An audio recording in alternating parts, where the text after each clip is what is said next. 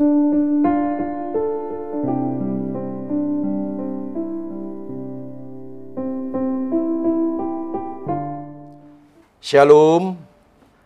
kita bertemu kembali melalui renungan harian HKBP Resort Sutoyo pada hari ini, Jumat 6 Januari 2023. Marilah kita berdoa.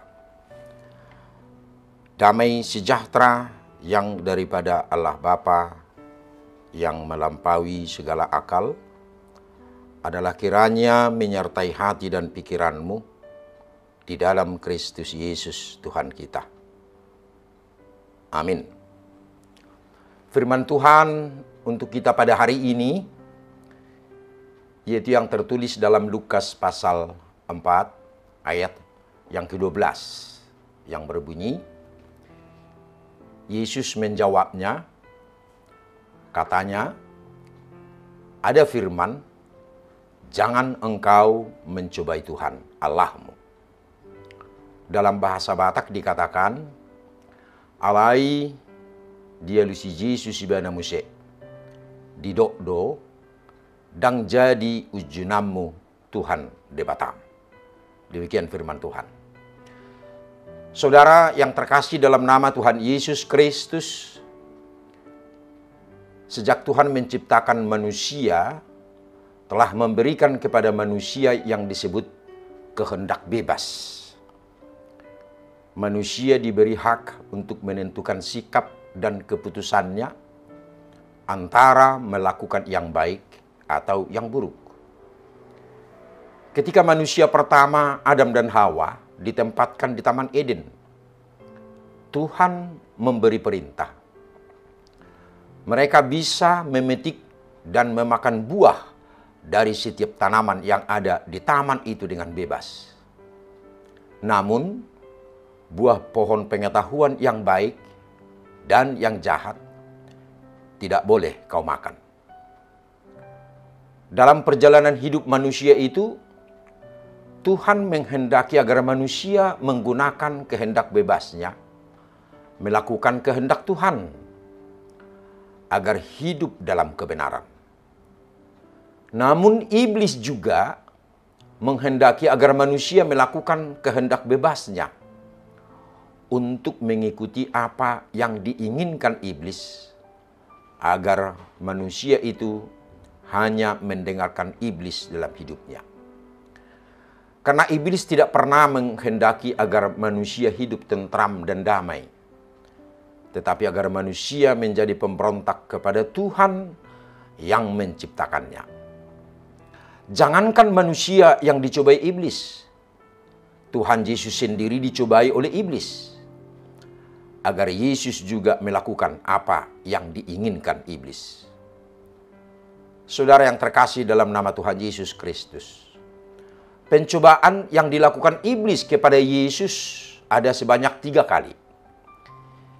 Ketika pencobaan itu memiliki ataupun mewakili apa yang sering dibutuhkan dan diinginkan oleh hidup manusia.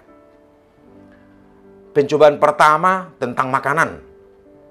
Karena makanan adalah kebutuhan pokok hidup manusia. Tidak sedikit manusia yang akhirnya jatuh ke dalam dosa dan kejahatan dengan alasan kebutuhan makanan. Sehingga kejahatan semakin merajalela dengan dalih demi untuk makan. Pencobaan kedua tentang kekuasaan dan pemilikan. Keinginan memiliki dan berkuasa sering juga menguasai hidup manusia. Demi kuasa, tidak sedikit orang menghalalkan segala cara demi untuk sebuah kuasa, tanpa memperdulikan kebenaran dan kejujuran, tanpa peduli dengan harga diri manusia, di mana segala sesuatu seakan-akan dapat diatur dengan uang demi kekuasaan. Pencobaan ketiga tentang nas hari ini, yaitu janji keselamatan. Kita orang percaya memang sudah menjadi orang yang diselamatkan oleh Tuhan. Namun jangan pernah salah dalam memahami janji keselamatan itu.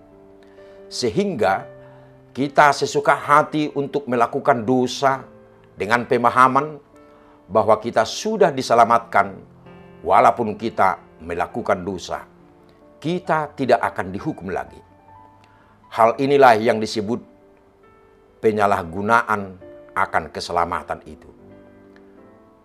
Dalam menjalani tahun 2023 ini, tidak terabaikan bahwa dimungkinkan kita diperhadapkan dengan beragam cobaan dan tantangan.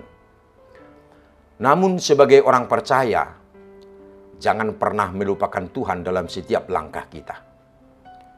Kita tidak tahu apa yang terjadi besok hari. Apakah itu penderitaan, pergumulan, kegagalan ataupun keberhasilan. Namun jangan pernah mencobai Tuhan dalam hidup, walau semua itu harus kita jalani. Bersama Tuhan, kita mampu dan dikuatkan. Amin. Kita berdoa. Ya Tuhan Allah kami, izinkan kami menjalani hari-hari hidup kami, walaupun godaan dan cobaan menghampiri kami. Tetapi jadikan kami kuat dan mampu agar selalu berjalan di dalam kebenaran-Mu. Amin. Saudara yang terkasih dalam Yesus Kristus, tetaplah menjalankan protokol kesehatan, memakai masker, rajin mencuci tangan, menjaga jarak dengan sesama, dan hindari kerumunan. Selamat beraktivitas. Salam sehat dan shalom.